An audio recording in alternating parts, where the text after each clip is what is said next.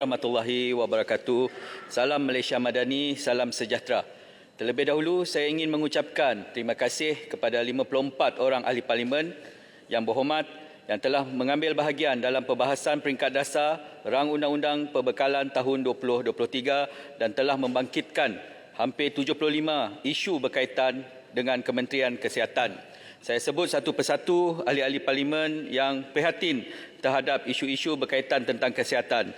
Yang berhormat Bagan Serai, Balik Pulau, Bandar Kuching, Baram, Batang Lupa, Batang Sadong, Betong, Dungun, Gua Musang, Hulu Terengganu, Ipoh Timur, Kinabatangan, Kelang, Kota Belud, Kota Merudu, Kota Melaka, Kuala Kerai, Kuala Langat, Kuala Nerus, Kuala Pilah, Kuantan, Kulim Bandar Baru, Ranau, Segamat, Selangau, Sempurna, Serian, Shah Alam, Sibu, Simpang Renggam, Sepitang, Sri Aman, Subang, Sungai Siput, Jelubu, Jempol, Julau, Kampar, Kepala Batas, Kepong, Ledang, Lubuk Antu, Mas Gading, Port Dickson, Puchong, Putatan, Tangga Batu, Tanjung Karang, Tawau, Temeloh, Tenggara dan Tumpat. Saya akan sebut satu persatu dan juga mana-mana yang tidak hadir di dalam Dewan akan kita berikan jawapan secara bertulis dalam tempoh 5 hari bekerja. Dan juga mungkin masa tidak mencukupi, Datuk Speaker. Saya teruskan. Tuan Yang di-Pertuah, saya bagi pihak Kementerian Kesihatan mengucapkan penghargaan dan terima kasih kepada kerajaan kerana telah menyediakan sejumlah peruntukan kedua terbesar yang diterima berbanding kementerian lain. Peruntukan ini merupakan satu pelaburan penting untuk membina masyarakat yang sihat, produktif bagi membangunkan Malaysia Madani. Bagi tahun 2023, KKM telah memperuntukkan sebanyak 36.33 bilion berbanding 32.41 bilion pada tahun 2022, iaitu peningkatan sebanyak 12.1% atau 3.92 bilion dan merupakan peruntukan kedua terbesar bagi belanjawan 2023. Daripada jumlah ini, sebanyak 31.5 bilion diperuntukkan untuk belanja mengurus, manakala 4.83 bilion diperuntukkan bagi belanja pembangunan. Peruntukan belanja mengurus yang diperuntukkan pada tahun ini meningkat sebanyak 3.47 bilion atau 12.38% berbanding pada tahun lepas. Sebahagian besar peruntukan ini diperuntukkan bagi membiayai aktiviti di bawah program perubatan, iaitu berjumlah 11.1 bilion atau 37.51%, manakala program kesihatan awam pula menerima sebanyak 5.49 bilion atau 17.42%. Peruntukan ini bertujuan membiayai emolumen anggota perubatan dan kesihatan, pengoperasian fasilitis hospital, institusi dan klinik kesihatan, pelaksanaan program pencegahan awal, penyakit pelaksanaan saringan dan intervensi kesihatan serta aktiviti advokasi bagi meningkatkan lagi literasi pendidikan kesihatan dalam kalangan rakyat Malaysia. Selain itu, KKM juga diluluskan peruntukan sebanyak 4.9 bilion bagi tujuan perolehan perbekalan perubatan seperti ubat-ubatan gas, reagen, consumable dan vaksin di bawah program imunisasi kebangsaan. KKM juga mengucapkan setinggi-tinggi penghargaan dan ucapan terima kasih kepada Yang Amat Berhormat Perdana Menteri Kerajaan kerana meluluskan peruntukan tambahan sebanyak 3 bilion ringgit bagi tujuan pelantikan pegawai secara tetap dan kontrak. Peruntukan ini memberi manfaat besar dalam meningkatkan lagi kapasiti fasiliti kesihatan dalam menyediakan akses penjagaan kesihatan berkualiti kepada rakyat. Tuan Yang di-Pertuah, KKM juga berbesar hati kerana menerima peruntukan di bawah belanjawan pembangunan iaitu sebanyak 4.83 bilion. Jumlah peruntukan ini meningkat sebanyak 10.27% ataupun 448 juta berbanding peruntukan yang diterima pada tahun 2022. Peruntukan ini akan dibelanja bagi projek pembangunan fizikal, fasilitis kesihatan meliputi pembinaan hospital, klinik baru dan pembaikan dan penaiktarafan sebanyak 400 buah klinik daif yang diarahkan oleh Yang Amat Berhormat Perdana Menteri untuk disiapkan pada tahun semasa. KKM komited untuk memastikan keseluruhan peruntukan yang diluluskan tersebut dibelanjakan sepenuhnya pada tahun ini demi manfaat kepada rakyat.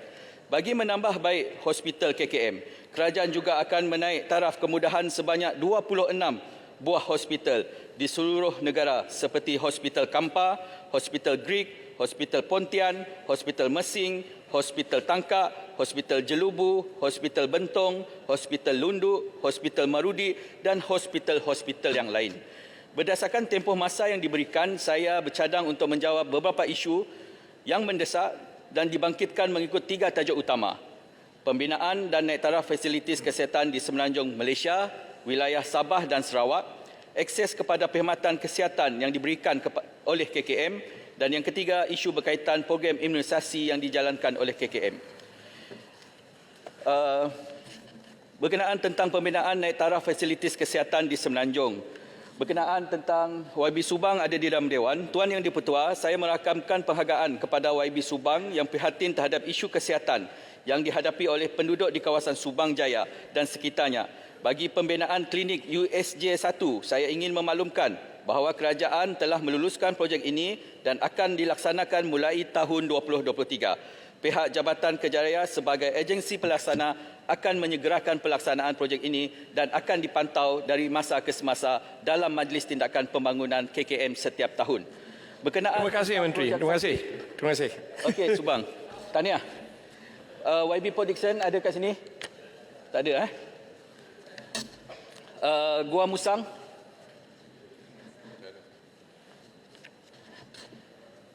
Bagan Serai? Ada. Okey.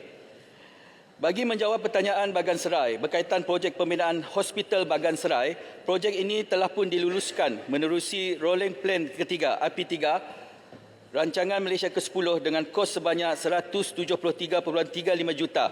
Kerja-kerja pembinaan telah dimulakan pada 2 Januari 2018 dengan jangkaan tarikh siap asal pada 28 Disember 2020. Walau bagaimanapun, berikutan Perintah Kawalan Pergerakan PKP semasa penularan pandemik COVID-19 dan sebab-sebab lain seperti pindaan reka bentuk, projek ini telah diberikan lanjutan tempoh masa EOT sehingga 13 November 2023.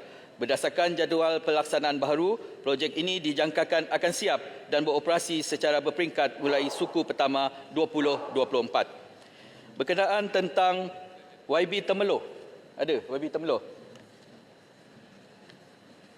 Okey, kita akan bagikan jawapan secara bertulis. Dan juga kepada Yang Berhormat Maran, menjawab berkenaan tentang Hospital Maran. Berhubung pembinaan Hospital Maran, KKM telah pun memberikan jawapan secara bertulis.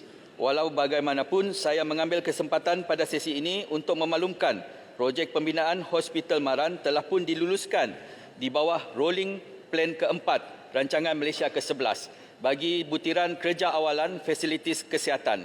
Kelulusan ini bertujuan membolehkan kajian kesesuaian tapak dan reka bentuk awal dilaksanakan bagi menentukan anggaran kos projek.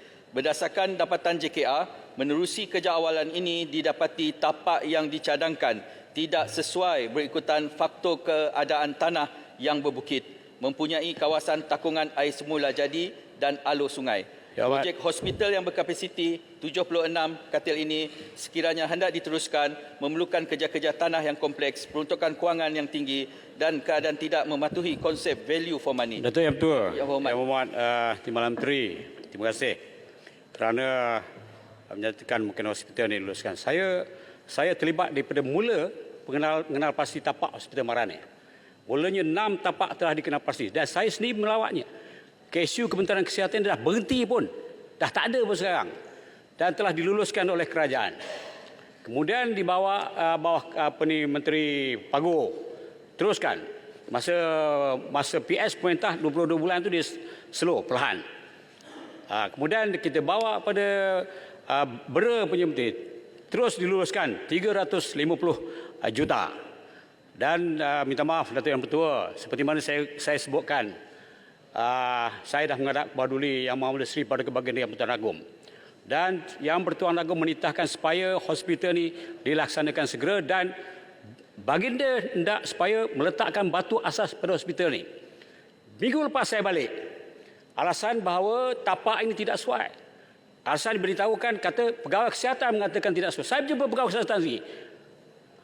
Dia kata bukan saya beri putusan ini.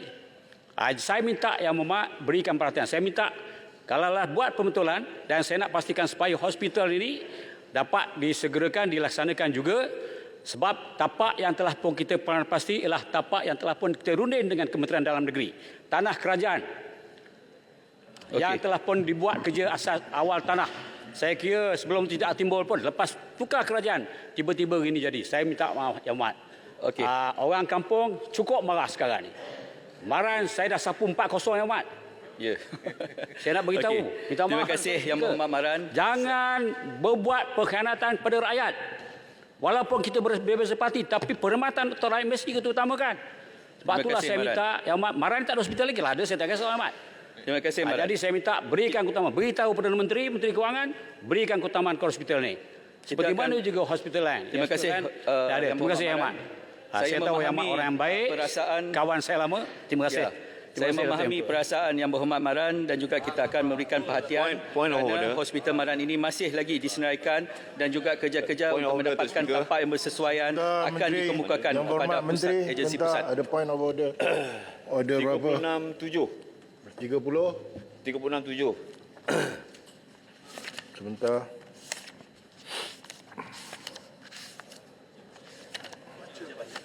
Nama Sri Paduka Baginda Yang Di-Pertuan Agong atau nama Raja-Raja Melayu atau tuan-tuan yang terutama yang di-Pertua negeri tidak boleh digunakan bagi mempengaruhi Majlis Mesyuarat. Yang Berhormat Tampin, saya ambil maklum. Yang Berhormat Maran, sila bangun. Yang Berhormat Maran. Yang Amat, Datuk Yang Bertua, Yang Amat tak tahu sejarah, jangan bercerita. Yang Berhormat Maran. Ini bukan soal sejarah, ini point of order. Bukan kira sejarah. Yang Berhormat Maran. Yang Berhormat Tampin telah membangkitkan isu peraturan.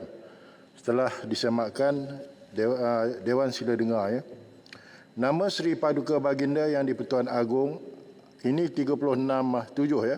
Nama Sri Paduka Baginda Yang Di-Pertuan Agong atau nama Raja-Raja Melayu atau tuan-tuan yang ditama yang di-Pertua negeri tidak boleh digunakan bagi mempengaruhi Majlis Mesyuarat. Dari tangkapan saya mempengerusikan majlis ini, apa yang telah dinyatakan Yang Berhormat Maran itu melanggar peraturan ini, pohon tarik balik.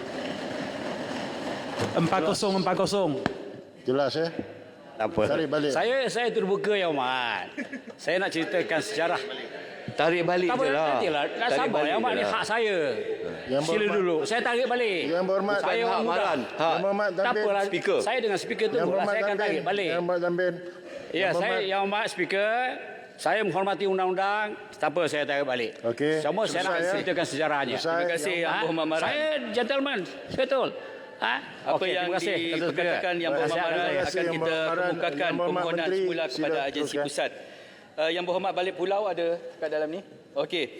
Yang Berhormat Balik Pulau telah memohon agar Hospital Balik Pulau dinaik taraf merangkumi Dewan Bedah, Unit Rawatan Rapi dan Wad Pediatrik, Wad Pembedahan Am, Wad Pembedahan Ortopedik dan Wad ONG. Untuk makluman Yang Berhormat, KKM telah melaksanakan kerja-kerja naik taraf Balik Pulau, Hospital Balik Pulau, meningkatkan Jabatan Kecemasan, Unit Forensik dan Makmal Patologi. Kerja-kerja naik taraf ini telah siap sepenuhnya dan penyerahan projek telah disempurnakan pada 6 Mac 2023 yang lepas. Kemudahan ini akan mula beroperasi secara berfasa mulai 20 Mac 2023. Pada masa ini, saya ingin memaklumkan bahawa kadar penggunaan katil BOR di Hospital Balik Pulau yang berkapasiti 76 katil ini hanyalah sebanyak 53.84 sahaja, iaitu di tahap sederhana. Bagi memenuhi keperluan perkhidmatan berkaitan kepakaran tertentu, perkhidmatan ini disediakan semenjak tahun 2019 menerusi kluster pulau yang mana Hospital Pulau Pinang menjadi hospital peneraju lead hospital. Perkhidmatan yang disediakan secara in-house meliputi bidang kepakaran perubatan am pada setiap hari bekerja, kecemasan dan trauma pada setiap hari bekerja, perkhidmatan rehabilitasi sebanyak 2 kali seminggu dan perkhidmatan kepakaran geriatrik sekali seminggu. YB Kampa ada? Okey. YB Kampa telah menyentuh mengenai pembinaan Hospital Kampa yang baru dan menyatakan bahawa 3 lokasi tapak pembinaan hospital telah dikenal pasti dan telah dimuktamadkan oleh Kerajaan Negeri Perak. KKM juga ingin menjelaskan bahawa tapak baharu di Perkampungan Cangkat Baru dicadangkan oleh Kerajaan Negeri Perak kepada KKM untuk pengambilan lot-lot tanah tersebut dan berdasarkan semakan didapati sebahagian besar daripada tapak ini merupakan tanah-tanah milik individu di bawah projek rancangan perkampungan tersusun RPT dan sebahagian lagi adalah merupakan tanah milik kerajaan negeri. Sekiranya pengambilan tanah di bawah Akta Pengambilan Tanah 1960 dilaksanakan, proses ini akan memberi implikasi kos yang tinggi dan memerlukan tempoh masa yang panjang untuk dimuktamadkan. KKM juga perlu melaksanakan kajian berkesesuaian tanah dengan izin soil investigation terlebih dahulu ke atas tapak ini bagi mengelakkan isu berbangkit selepas pengambilan tanah. Untuk makluman Yang Berhormat Kampa, kadar penggunaan katil BOR di Hospital Kampa sedia ada masih lagi di tahap sederhana iaitu pada sekitar 54%. Oleh itu, KKM berpandangan belum ada keperluan mendesak untuk membina sebuah hospital baru bagi menggantikan Hospital Kampa sedia ada. Tambahan pula, Hospital Kampa sedia ada diletak di bawah kluster Hospital Ipoh bersama dengan Hospital Raja Permaisuri Bainun selaku Hospital Peneraju Lead Hospital.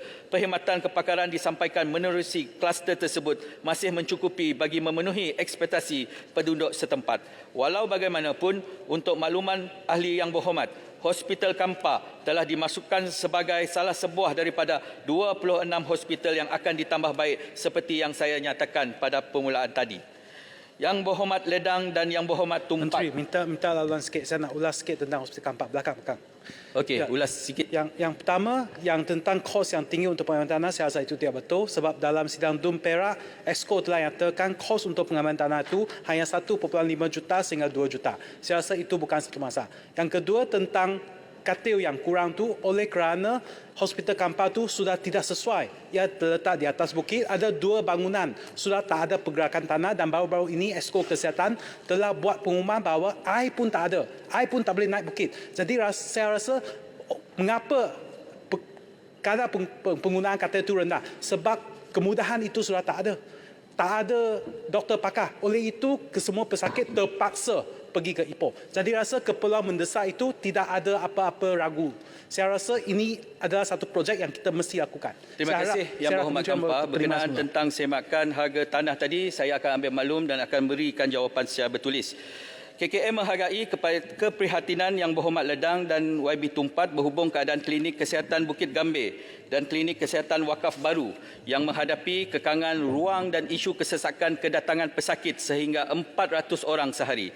Bagi menjawab pertanyaan ini, KKM ingin memaklumkan bahawa tindakan sedang dilakukan bagi mengenal pasti tapak yang bersesuaian untuk membina sebuah klinik kesihatan yang baru. Sebaik saja tapak yang sesuai diperolehi, KKM akan mengemukakan permohonan kepada agensi pusat. Dan saya memohon wakil-wakil rakyat yang ingin mengenal pasti tapak-tapak yang bersesuaian, sampaikanlah cadangan-cadangan tersebut kepada KKM.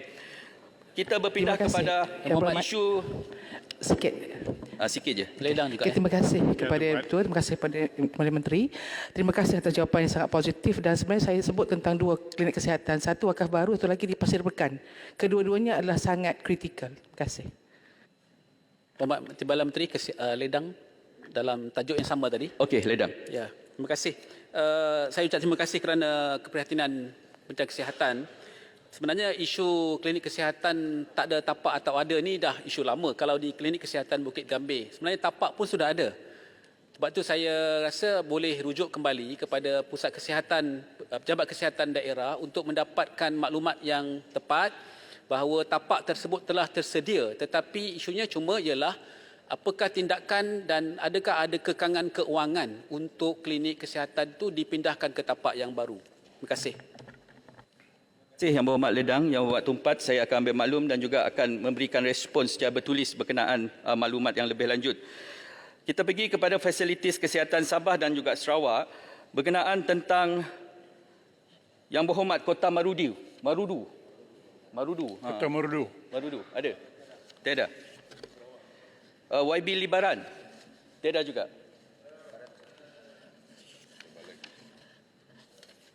YB Baram. Okey. Yang Berhormat Betong, ada. Betong Sarawak. Yang tu Bentong. Okey. Yang Berhormat YB Serian.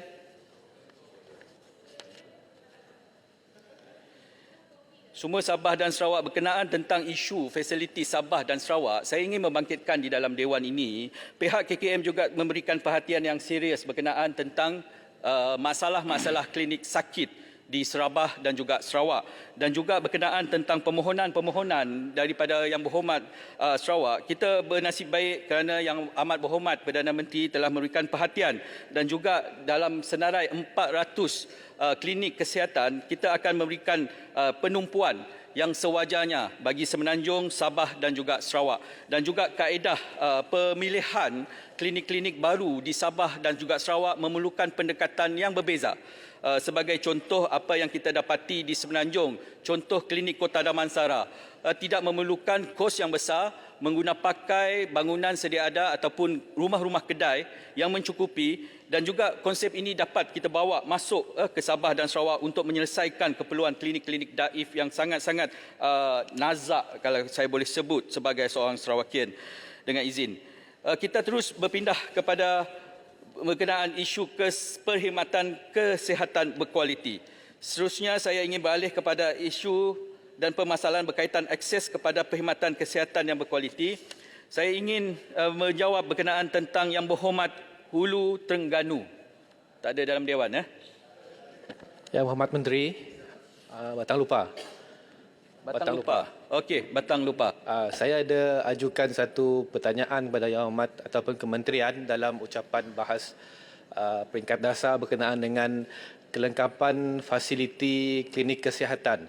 Saya berharap Yang Berhormat Timbalan Menteri melihat perkara ini satu perkara yang perlu diangkat kepada pihak kementerian, oleh kerana klinik-klinik di kawasan kita di Sarawak, terutamanya di kawasan luar bandar, amat ketandusan mesin-mesin seperti mesin hemodialisis, X-ray dan sebagainya. Jadi ini menyukarkan penduduk-penduduk di kawasan luar bandar terutamanya untuk pergi ke pekan-pekan ataupun bandar-bandar yang terdekat, dan ia juga memakan masa yang agak lama dan kos yang agak besar. Mohon Yang Berhormat Timbalan Menteri melihat perkara ini. Terima kasih. Terima kasih Yang Berhormat Batang Lupa. Isu yang dibangkitkan oleh Yang Berhormat Batang Lupa juga berkait dengan yang dibangkitkan oleh Yang Berhormat Mas Gading berkenaan tentang peralatan seperti hemodialisis, dan juga kita akui bahawa mesin-mesin pusat-pusat hemodialisis ini agak kurang di kawasan pinggir bandar dan juga luar bandar Sarawak. Saya ambil contoh di lawatan kerja saya ke Semunjan, di mana kita dapat melihat pesakit sejauh daripada Sri Aman, memandangkan Sri Aman tidak mempunyai cukup mesin dialisis, terpaksa berulang-alik dalam tempoh 2 jam perjalanan untuk hanya mendapatkan perkhidmatan dialisis. Dan juga bagi menjawab jawapan Batang Lupa dan juga Mas Gading, saya bersekali proses untuk menambah mesin-mesin hemodialisis ini akan dijalankan dalam secara berfasa untuk tahun 2023 sehingga tahun 2024. Saya ingin pergi kepada isu yang dibangkitkan oleh Yang Berhormat YB Kinabatangan. Ada. Walaupun YB Kinabatangan tidak berada di dalam Dewan, saya ingin menyebut sedikit kerana ini adalah sangat bersangkut paut dengan apa yang berlaku di Sabah berkenaan tentang akses kepakaran. Dan pada baru-baru ini Yang Berhormat Esko berkaitan tentang kesihatan telah mengadakan lawatan ataupun kunjungan hormat kepada Yang Berhormat Menteri, dan juga isu-isu yang dibangkitkan adalah berkenaan tentang kepakaran yang sangat-sangat kurang di Sabah. Dan juga antara langkah-langkah yang dicadangkan oleh KKM. KKM telah mengenal pasti beberapa buah hospital yang akan dinarik taraf dari segi perkhidmatan dan kelengkapan. Hospital-hospital tersebut adalah Hospital Tawau dan Hospital Duchess of Kent. Sandakan akan dinaik taraf setara hospital negeri berdasarkan perbincangan MA63 dan kertas putih yang akan dibentangkan oleh KKM. Hospital Lahad Datu dan Keningau akan dinaik taraf kepada Hospital Berpakar Major, dan Hospital Beaufort, Hospital Kota Merudu, Hospital Tuaran akan dinaik taraf sebagai Hospital Berpakar Minor, dan proses ini akan memakan masa dalam tempoh 5 ke 10 tahun. Terima kasih. Tuan Anwar, terima kasih. Oh, Tuan. Ya, okey. Berkenaan tentang isu yang dibangkitkan oleh Yang Berhormat Kuala Langat ada dalam Dewan. Okey. Seterusnya, Yang Berhormat Kuala Langat meminta agar Hospital Banting, semua hospital yang dijadikan sebagai tempat latihan pelajar perubatan diberikan kemudahan yang terbaik untuk menjalani latihan. Untuk maklumat Yang Berhormat, pada masa ini terdapat sebanyak 136 hospital institusi, 351 klinik kesihatan dan 91 pejabat kesihatan di bawah KKM yang dibenarkan bagi menyediakan latihan perubatan di seluruh negara. 11 institut pengajian tinggi awam, 20 IPTS. Kebenaran penggunaan fasilitis ini dibuat melalui Memorandum of Agreement MOA yang dimertai antara KKM dengan IPTA dan IPTS bagi membolehkan pelajar perubatan mendapat pendedahan awal klinikal dan pengalaman tambahan. Hospital KKM yang dikenal pasti adalah terdiri daripada hospital yang telah mempunyai kemudahan dan pengajaran bagi pembelajaran kepada pelajar perubatan mengikuti modul pembelajaran yang ditetapkan. Misalnya, pelajar perubatan dibenarkan mengikuti ronda anwat, berinteraksi dengan pesakit, mengikuti klinik, pembedahan dan sebagainya bersama pakar perubatan KKM yang dilantik sebagai pensyarah sambilan oleh IPTA dan IPTS. Pelajar perubatan ini lebih bertindak sebagai pemerhati saja dan tidak dibenarkan untuk melakukan ujian-ujian diagnostik terhadap pesakit. Fasilitis ini disediakan percuma kepada para pelajar perubatan IPTA, manakala bayaran sebanyak RM470 sahaja dikenakan bagi setiap pelajar perubatan IPTS. Yang Berhormat Bagan. Oh, Yang Berhormat Sempurna. Saya ingat ada sebut awal tadi sempurna tapi tak berjawab kot. Mungkin tak tahu selepas ini. Pasal menyebut tentang kemudahan prasarana kepakaran. Tak disebut. Saya dengan izin Tan Sri Speaker, kalau boleh saya nak bertanya tentang, saya sebutkan dalam perbahasan di mana kepakaran tidak terdapat di Tawau, di Ladatu, di Keningau, bila mana seseorang itu mempunyai sakit jantung, ya, terpaksa dibawa ke Queen Elizabeth, Kota Kinabalu. Bayangkan Keningau jarak jauhnya daripada Kota Kinabalu. Bayangkan jarak jauhnya daripada Tawau, dari Sempurna, Ladatu ke Kota Kinabalu. Tidak ada. There is no pakar yang boleh buat pembedahan. They can check with ubat, darah tinggi, kolesterol high, boleh nasihat makan ubat. Pembedahan tidak ada. Jadi bila disebut tadi, dia akan mengambil masa 10 tahun. Kalau dia mengambil masa 10 tahun, saya bimbang. Saya berharap Yang Berhormat Menteri dan juga Yang Amat Berhormat Perdana Menteri boleh membantu untuk merealisasikan, noktakan seperti apa yang disebutkan oleh Yang Amat Berhormat Perdana Menteri, perkara yang boleh menyelamatkan nyawa manusia. Ya, di kawasan sendiri saya juga bangkit. Tidak ada bilik operasi. There's no operating room.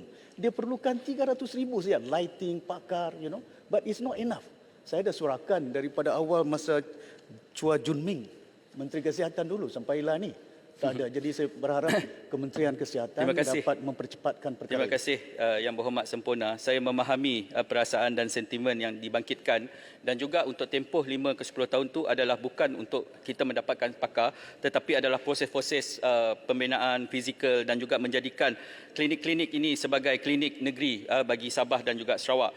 Tetapi apa yang berlaku di Sabah adalah benar dan juga perkara ini memang sangat-sangat menyedihkan dan juga saya berharap agar pakar-pakar yang terdapat di Semenanjung Malaysia dapat mempertimbangkan untuk melakukan aktiviti ataupun program-program kepakaran di Sabah dan juga Sarawak. Berkenaan tentang isu yang dibangkitkan oleh Yang Berhormat Bagan, ada banyak isu yang dibangkitkan Yang Berhormat Bagan dan perlu dijawab dengan teliti. Yang Berhormat Bagan telah menzahirkan kekhawatiran beliau mengenai petugas kesihatan, terutamanya jururawat terlatih berpengalaman di hospital kerajaan semakin berkurangan. Berdasarkan rekod KKM, terdapat kira-kira 69,608 jururawat yang terdiri daripada 67,272 iaitu 97% lantikan tetap dan 2,336 iaitu 30% adalah lantikan kontrak. Jumlah tersebut menunjukkan peningkatan sebanyak 38% berbanding 50,572 jururawat pada 2012. Bagi menambah bilangan jururawat di fasilitis kesihatan KKM, beberapa inisiatif telah diambil seperti meningkatkan pengambilan pelatih diploma kejururawatan di Institut Latihan KKM. Pada tahun 2022, seramai 565 pelatih kejururawatan telah diambil untuk mengikuti pengajian di ILKKM berbanding 156 pelatih pada tahun 2021. Bagi tahun 2023 pula, KKM telah melaksanakan pengambilan sebanyak 982 pelatih kejururawatan iaitu peningkatan sebanyak 35% berbanding tahun sebelumnya. Selain melantik tetap ke semua jururawat keluaran ILKKM, KKM juga telah melaksanakan urusan lantikan secara berfasa bagi 2,336 jururawat kontrak lantikan swasta bukan keluaran institusi latihan selain ILKKM yang masih berkhidmat di KKM. Bagi fasa pertama, seramai 620 orang telah dilantik untuk mengisi jawatan tetap dan selebihnya akan dilaksanakan secara berfasa sehingga Disember 2023. Menawarkan kemudahan cuti belajar bergaji penuh CBBP kepada jururawat masyarakat grade U19, U24 dan U26 bagi mengikuti pengajian diploma kejururawatan dalam tempoh 1 tahun di ILKKM untuk peningkatan secara lantikan PSL ke jawatan jururawat grade U29.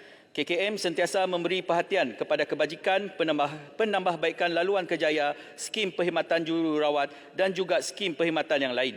Namun begitu, KKM tidak boleh menghalang mana-mana petugas kesihatan termasuk jururawat daripada meletak jawatan selepas mendapat tawaran yang lebih baik di luar KKM ataupun di luar negara. Antara faktor utama penghijrahan jururawat ke luar negara adalah disebabkan insentif dan gaji yang lebih baik ditawarkan sektor kesihatan luar negara, khususnya negara maju dan negara berpendapatan tinggi. Dan juga untuk makluman Dewan, jururawat kita, nurses-nurses kita adalah merupakan nurses yang dipandang tinggi oleh negara-negara luar. Tuan Yang di-Pertua, Yang Berhormat Puchong dan Yang Berhormat Bagan, masing-masing telah menyentuh berkenaan tentang program vaksinasi HPV dan vaksin COVID-19. YB Puchong menyatakan bahawa sejak sekolah ditutup, susulan penularan wabak COVID-19, lebih daripada 500,000 kanak-kanak perempuan telah terlepas suntikan vaksin HPV dan telah mencadangkan agar kerajaan memulakan semula program imunisasi HPV dan melaksanakan program catch-up untuk mereka yang terlepas suntikan HPV. Terima kasih atas keprihatinan Yang Berhormat Puchong. Untuk makluman Yang Berhormat, pada tahun 2021, KKM tidak dapat membuat perolehan bekalan vaksin HPV ekoran gangguan bekalan vaksin HPV di peringkat global. Dan ini telah mengganggu pelaksanaan pemberian imunisasi HPV kepada murid perempuan sekolah tingkatan 1 ataupun remaja perempuan berumur 13 tahun bermula tahun 2021. Bagi meneruskan program HPV, pada tahun 2021, KKM menggunakan stok vaksin sedia ada untuk menyuntik murid perempuan tingkatan 1 kohort 2021. Daripada kira-kira 222,000 murid perempuan tingkatan 1 kohort 2021, sekurang-kurangnya 34,000 orang, iaitu 15.7% daripada mereka telah menerima dos 1 vaksin HPV. Ini bermakna masih terdapat 187,000 ataupun 84.3% murid perempuan tingkatan 1 kohort 2021 yang belum menerima sebarang vaksin sehingga kini. Berikutan, harga vaksin HPV telah meningkat sebanyak 6 kali ganda di peringkat global pada tahun 2022. KKM hanya boleh membuat perolehan sebanyak 100,000 dos vaksin HPV pada Disember 2022. Kesemua vaksin tersebut telah diagih ke negeri-negeri diberikan kepada murid perempuan tingkatan 1 yang belum menerima vaksin. YB Puchong juga mencadangkan agar saringan HPV dimasukkan dalam skim peduli kesihatan Peka B40. KKM menyambut baik cadangan ini dan akan meneliti kebolehlaksanaannya dan memandang perkara ini akan melibatkan pertambahan peruntukan sedia ada. Berkenaan isu yang dibangkitkan oleh Yang Berhormat Bagan, izinkan saya menjelaskan sedikit latar belakang mengenai proses mendapatkan segera vaksin keluaran syarikat Pfizer ketika kebanyakan negara di dunia termasuk negara kita dilanda krisis kesihatan dan memerlukan vaksin tersebut bagi meminimumkan kadar kematian akibat COVID-19. Untuk makluman Yang Berhormat Bagan, semasa syarikat pengeluar vaksin memperkenalkan vaksin COVID-19, syarikat Pfizer sebagai salah satu syarikat pengeluar vaksin COVID-19 telah mengenakan terma-terma perjanjian yang standard dan tidak boleh diubah kepada semua negara yang ingin membeli produk vaksin keluaran syarikat tersebut. Pada masa yang sama, keutamaan kerajaan masa itu adalah mendapatkan segera vaksin tersebut bagi memastikan semua rakyat Malaysia mendapat perlindungan vaksin yang mencukupi. Bagi menjaga kepentingan nyawa dan kesihatan rakyat semasa pandemik COVID-19, kerajaan telah membuat keputusan untuk meneruskan perolehan vaksin COVID-19 bagi memastikan negara memperolehi bekalan vaksin COVID-19 yang mencukupi untuk rakyat Malaysia. Dalam masa yang sama, kerajaan juga telah melaksanakan inisiatif dengan menubuhkan tabung bantuan khas kewangan kesan mudarat vaksin COVID-19 bagi memberikan bantuan khas kewangan kepada penerima-penerima vaksin COVID-19 yang mengalami kesan sampingan yang serius selepas menerima suntikan vaksin COVID-19. Warga negara Malaysia yang menerima vaksin COVID-19 di bawah program imunisasi COVID-19 kebangsaan PICK dan mendapat kesan sampingan yang serius selepas menerima vaksin COVID-19 layak memohon bantuan khas kewangan kesan mudarat vaksin COVID-19 oleh kerajaan. Menteri Puchong bangun, Menteri. Minta penjelasan YB Menteri. Oh, okey. YB Menteri belum jawab lagi sama ada pada tahun 2023 kita mampu untuk memperoleh vaksin HPV yang mencukupi supaya kita dapat suntikan semua kohort untuk tahun 2023 dan membuat catch up yang untuk yang tahun sebelumnya. Terima kasih Yang Berhormat. Memang berlaku penyelarasan peruntukan kewangan yang sedang diusahakan untuk mendapatkan bekalan vaksin HPV ketika ini. Dan juga saya menyambung berkenaan tentang apa yang dibangkitkan oleh Yang Berhormat YB Bagan. Amount bantuan khas kesan mudarat vaksin COVID-19.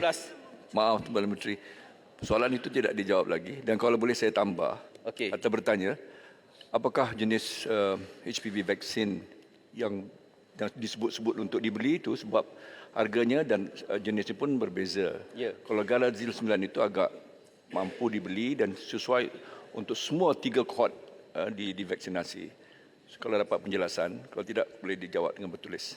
Okey, saya tidak ada maklumat berkenaan tentang perbezaan-perbezaan harga vaksin HPV tersebut, tapi saya akan memberikan jawapan ini secara bertulis ataupun nota-nota yang akan sampai selepas ini. Amount bantuan khas kewangan kesan mudarat vaksin COVID-19 telah ditetapkan adalah tidak melebihi RM50,000 jika berlaku kesan adverse yang serius kepada penerima vaksin COVID-19 yang memerlukan rawatan berpanjangan di hospital dan juga tidak melebihi RM500,000 jika berlaku hilang upaya kekal ataupun kematian disebabkan vaksin COVID-19. Apa yang saya sebutkan ini adalah berkenaan tentang individu-individu ataupun rakyat Malaysia yang telah disuntik oleh COVID-19 dan juga mendatangkan kesan mudarat. Kerajaan bersedia dan juga mempunyai bantuan khas kewangan kesan terhadap vaksin tersebut. Timbalan Menteri, minta jelas sikit saja. Sebab masa dah nak habis, panggil batu. Baik, masa nak habis, saya sebenarnya dalam ucapan saya berbahas panjang tentang suatu kritikal di Kementerian Kesihatan itu kekurangan ahli fizioterapi. Saya bahas panjang sebab ratio kita terlalu kritikal. Dan saya bila pergi turun ke kampung-kampung, ramai di kalangan orang yang kena stroke sebagainya, mereka tak dapat fasiliti, mereka adanya kekangan. Jadi apakah tindakan segera ataupun saya nak minta jawapan daripada Kementerian Kesihatan apakah yang akan dilakukan? Kerana ni saya rasa kritikal ni, kekurangan ahli fizioterapi. Berkenaan tentang isu fisioterapis yang diperlukan di fasilitis-fasilitis KKM, kita sedang melihat penjawatan-penjawatan yang bersesuaian. Dan juga saya ingin mengambil maklum di dalam Dewan ini ramai petugas-petugas KKM di dalam pembantu fisioterapis mendesak dan juga memohon keprihatinan kerajaan agar dapat menyediakan lebih banyak penjawatan-penjawatan di peringkat 41 ataupun kenaikan pangkat daripada 29 ke 41. Perkara-perkara tersebut kita akan ambil maklum dan juga memang ada jawapan secara bertulis akan saya bagikan kepada Tangga Batu. Dan juga okey. Ringkas. Satu ialah bolehkah tempoh permohonan dipanjangkan, iaitu kita jangan hadkan 3 bulan selepas dapat suntikan vaksin Pfizer. Kerana kalau 3 bulan banyak yang tak dapat pohon. Kesan mudarat mungkin lebih panjang lagi. Yang pertama. Kedua, bolehkah beritahu seperti mana yang disarankan oleh Yang Amat Berhormat Perdana Menteri, bilakah kertas putih berkaitan dengan pembelian Pfizer ini akan diberikan kepada Dewan Yang Mulia ini? Terima kasih. Kita akan memanjangkan berkenaan tentang perkara yang berbangkit tempoh masa untuk tuntutan. Bantuan tabung ini bukan berada di bawah KKM, tetapi kita akan mengenal pasti kesan-kesan tersebut dan juga bantuan dan tabung ini berada di bawah NATMA dan kita telah memohon agar permohonan-permohonan ataupun kesan-kesan akibat vaksin ini masih boleh lagi dipohon. Dan juga berkenaan tentang persoalan bilakah kertas putih berkenaan tentang program vaksinasi ini, kita telah menyediakan draft terakhir dan akan membawa kertas putih ini ke Parlimen dan juga Yang Berhormat Menteri sendiri yang akan memberi kenyataan dan juga membentangkan kertas putih berkenaan tentang vaksinasi itu. Dan Menteri juga sebagai perlukan berapa minit lagi? Dalam 15 minit boleh? Tak boleh, Menteri. Kalau tak saya beri 10 Menteri. minit. Lain-lain tu jawab tulislah, Menteri. Okay. Menteri, saya bagi 2 minit lagi boleh? Berapa? 2 minit. Oh, 2 minit. Okey. Sebab memandangkan isu kesihatan yang lain-lain ini adalah... tu jawab tulislah ya. Okey. Tolong. Isu kesihatan adalah merupakan isu yang sangat penting. Saya juga mengucapkan terima kasih kepada Yang Amat Perdana Menteri yang juga Menteri Kewangan atas peruntukan yang diberikan kepada KKM.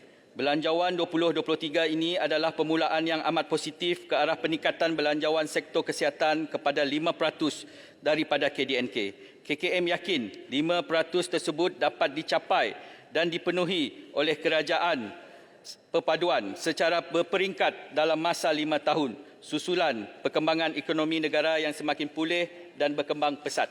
Bagi mengakhiri ucapan pergulungan saya pada hari ini, KKM akan memberikan komitmen. Sri Aman, belakang Pak Menteri. Ya, kita nak gulung. Ke belakang. Menteri nak landing. Ya, Pak Menteri, saya ada mengemukakan soalan semasa berbahas tempoh hari, iaitu berkenaan dengan kes bunuh diri yang agak tinggi di negara ini. Saya rasa ia penting. Jangan nanti kita juga yang bunuh diri. Jadi, saya minta Yang Amat Menteri mungkin boleh menjawab Terima kasih Yang Berhormat soalan saya itu.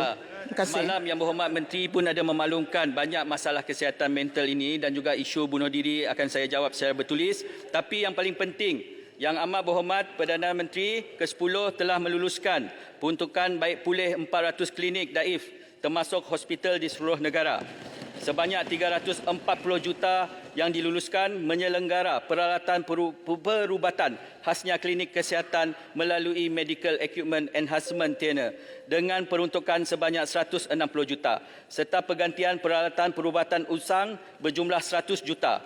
Peruntukan ini akan membolehkan KKM meneruskan usaha-usaha membaik pulih, meningkatkan lagi kemudahan fasilitis kesihatan sedia ada. Usaha ini sangat diperlukan memandangkan sebahagian besar fasilitis kesihatan terutamanya klinik-klinik kesihatan di luar bandar, kawasan pinggir bandar, berada dalam keadaan daif.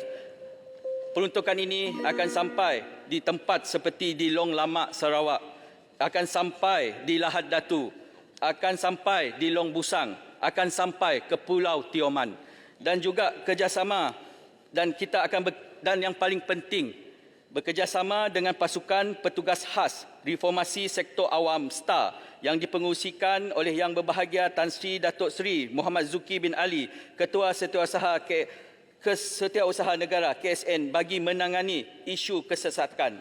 Dan juga terima kasih kepada Yang Amat Berhormat berkenaan tentang 3 bilion akan serba sedikit secara berfasa kita akan menyelesaikan masalah penjawatan doktor, nurses, farmasis dan juga semua skim-skim yang terdapat di dalam kementerian, dan juga Kementerian Kesihatan adalah merupakan satu-satunya kementerian yang mempunyai puluhan skim yang terbanyak di dalam Malaysia ini. Dan juga saya berharap agar Yang Amat Berhormat Perdana Menteri yang ke-10 akan bermurah hati untuk menambah lagi bajet-bajet ataupun belanjawan-belanjawan, dana-dana yang diperlukan, terutama sekali kepada 54 ahli parlimen yang membangkitkan soalan yang saya tidak dapat jawab, dan saya akan bagi jawapan secara bertulis. Sekian, terima kasih. Baik, terima kasih Menteri Kesihatan. Sekarang sampailah kita kepada kementerian terakhir, Kementerian Kewangan.